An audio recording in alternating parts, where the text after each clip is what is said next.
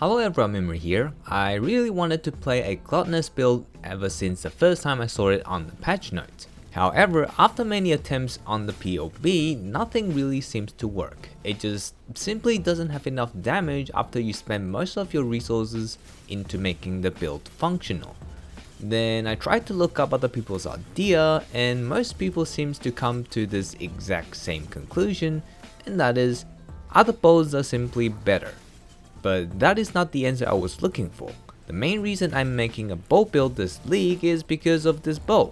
I know it's probably not gonna become a top tier build, but I still want to make a Gluttonous build that can at least be able to do tier 14 maps, which is my passing line to call something somewhat of an actual build. Now I also don't want to spend too much currency on it because I know it's not going to be worth it to make it into an endgame viable build. So I had to change the build many times because of that. One example is I was using the interrogation jewel to cheese the crit chance. It was around 2 exalts when I first looked it up, which was still acceptable. However, someone must have made a video on a crazy build using the interrogation because the price shot up to 10 exalts a piece when I just finished the theory crafting and was about to buy everything to start the character. So I had to redo half of the build, trying out all the alternatives that I can think of. But in the end, I made it. And I think I came up with a better version of the build than before, so I guess it's not all for nothing. In this video, I won't be talking about all the details about the build because it is one of those complicated builds that uses many different technologies all at once for it to be functional. And I do want to emphasize it here, that while it does look kinda satisfying to play, this build should not have worked at all. It is hard carried by Omniscience and many different mechanics that has to work together for it to be functional. So if you've never touched a bow build before, this might look extra confusing to you, and you will be suffering playing this build, especially during the leveling process. And also, if I do explain everything about the build step by step, this video is gonna be twice as long, or even longer. So instead, I will mainly be talking about the important mechanics that makes the build functional. And if you do want more details for the build, the POE is down in the description. One more thing about this build, and that is this character is half blind, because it uses black sun helmets and dark ray boots, which in total gives you negative 65% light radius. Yeah, if you're still interested about the build, let's have a look at the first mechanic, and that is the frenzy charges, which is the #1 focus for this build because of the bow. As you can see on the screen, this build uses lightning arrow to clear maps. We've got 8 maximum frenzy charges in total. We have +3 from the skill tree, +1 from our shoes, and +1 from the Raider Ascendancy. And yes, we're going Raider instead of Deadeye, because after some testing, Raider provides more overall value to this build with the frenzy mechanic and spell suppression, which I will talk about later. Anyways, all of the extra projectiles you see are solely from the Gluttonous bow mechanic, which is losing all frenzy charges when it reaches max and fire additional arrows depending on how many frenzy charges you've lost. What they didn't tell you is that if your attack will result in maxing out your frenzy charge, then the bow effect will still trigger, regardless if you have max frenzy charges before you attack. That means if you can max out your frenzy charge with every attack you do, even before triggering the bow effect, then the bow effect will always be triggering.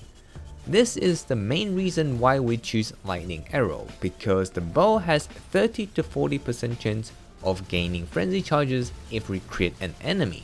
Lightning arrow can hit up to 4 enemies per shot. With chain support giving us +2 chain, it can hit up to 12 enemies per shot. This character has 50% crit chance without any buffs. So that means if we aim at a pack of mobs, we're expecting to get around 2.4 frenzy charges firing a single lightning arrow. Now with a frenzy skill socketed on a Melanie's mechanism, which allows us to also fire an additional arrow that guarantees 1 frenzy charge on hit, and it also has a chance to gain additional frenzy charge if it crit as well.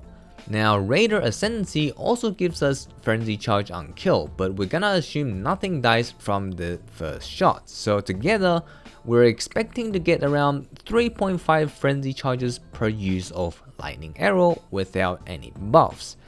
Now with the Precursor's Emblem Ring that has a 30% chance to grant max Frenzy Charge instead whenever we gain a Frenzy Charge, we're able to almost guarantee to get max Frenzy Charge for every Lightning Arrow we shoot. Now what about single targets? Well, because a 6-link Gluttonous bow cost 1 exalt when I was buying it, so I bought 2 of them. This allows me to switch to a single target setup which uses the Void Fletcher Quiver instead. And we choose Frenzy as our single target skill because, as we mentioned before, Frenzy guarantees a Frenzy Charge on hit. And with the Barrage support, it adds 3 additional arrows. Anomalous Frenzy will also give us an additional arrow at 20 quality, which means we're firing 5 Frenzy arrows per use of Frenzy. This setup will end up giving us the same amount of damage as using the Barrage skill, which is usually the best single target bow skill to use, except the Frenzy Barrage setup will guarantee us 1 extra Frenzy Charge per use of skill, compared to just using Barrage.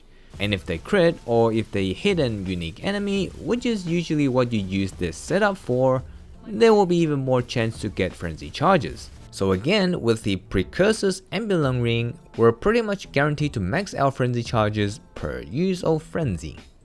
Next mechanic that I use is Trinity and the Elemental Conversions.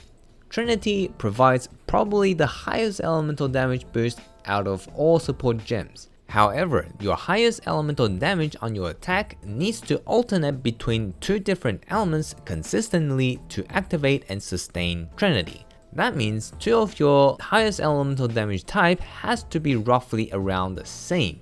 So for our Frenzy skill, since it has pure physical damage, we need to get the cold damage conversion mastery on the tree to convert 40% of physical damage to cold. We then use Anomalous Physical to Lightning to convert the rest of the physical damage to lightning. Now because we have a lot of increased and added cold damage on our build, 70% of your damage are actually cold and only 30% is lightning. Usually this is not consistent enough to sustain Trinity. We should be aiming for a ratio of 6:4, and obviously 5:5 is the best scenario. But because we are firing a huge number of projectiles per attack, so 3:7 is actually consistent enough for us to sustain Trinity. As for Lightning Arrow, it is a lot easier. Divergent Lightning Arrow already converts 70% physical damage to lightning, and with the cold damage conversion mastery on the tree, we don't have to worry about converting any physical damage after that. And similarly, because usually we're hitting so many things at once, so being cold damage heavy here is fine as well. Next is the new and popular Omniscience mechanic. I'm sure most people would have known about it already. Basically, it turns all your stats into Omniscience, which gives you elemental resistance and penetration, and your stat requirements are satisfied by a percentage of your Omniscience instead. Now I didn't end up focusing on stacking Omniscience. I have just a little bit more than enough for the stat requirements and capping the elemental resistance, which is around 900. The things I've got for stacking Omniscience are a decently rolled Black Sun helmet, Cyclopean belt, the stat circle over here on the tree, a lethal pride jewel over here at this spot, and a split personality over here. Note that the lethal pride here also happens to give me a total of 40 fire resistance, which is the main reason why it is at this spot. You only need 20 to cap your fire resistance, so it shouldn't be too hard to roll for it. Next up, crit chance. This ties in with a lot of other mechanics, so I'll talk about them all together here. We need a lot of crit chance because the bow has a chance to gain frenzy charges on crits. So naturally, we're taking the bow and projectile crit circles here and here. And a diamond flask as well, but this only puts us at around 30 to 40% crit chance, which is not enough. So we reserve precision with life for more crit chance, since we don't have enough mana for precision. and we do need the increased aura effects from Arrogance to cap our hit rate. And yes, because our dex has been converted into Omniscience, we also have to worry about accuracy for this bow build. And so, we also want to get this blind passive circles over here, because blind will reduce evasion rating, which lowers our accuracy requirement to reach 100% hit chance. And this particular blind circle also gives us a huge amount of crit chance against blinded enemy. So this is pretty much a must as well. And the final accuracy requirement can be satisfied by either the acuity over here or depth perception up here. Depth perception also gives us crit, and acuity also grants us attack speed. While we do need the crit chance, attack speed actually gives us more damage, so we take the acuity here instead. And then we need to get a Watcher side that has plus crit chance while affected by hatred, which is the main reason why we had to take hatred in the first place. This crit chance is base crit chance, so it is actually giving us around 20% to our total crit chance, even though it says plus 1 point something percent. So this is also a must. Finally, we get a big chunk of crit chance from the spell suppression mastery over here, which gives us the same amount of increased crit chance as our spell suppression chance. We already have 40% from the Ascendancy passive, we have 30% from our unique armor, and we have 14% from this passive circle. So all we need is another 16% from our glove to reach 100%. Speaking of defense, other than maxing spell suppression, we also have around 17,000 armor from using Iron Reflex, which gives us 3,600 Molten Shell and around 75% physical damage reduction. We also get more armor from having Frenzy Charges, so although we only have around 3,000 life, which is actually a lot for a Ranger class bow build by the way, we're surprisingly tanky.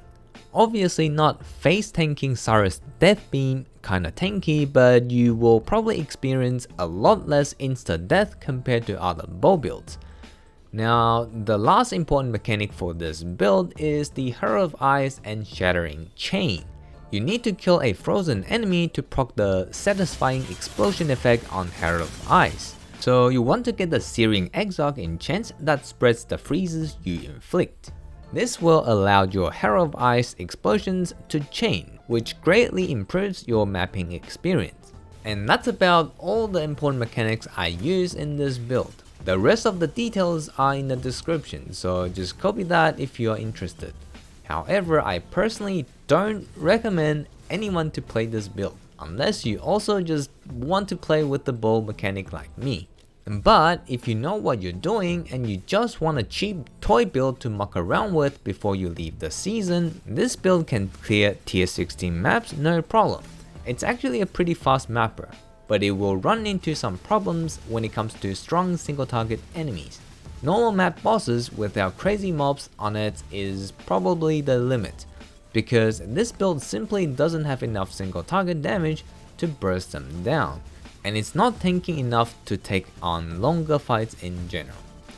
Anyways, and that's it for today. Subscribe for extra mirror drop chance, hopefully you enjoy it, and I'll see you in the next video. Peace.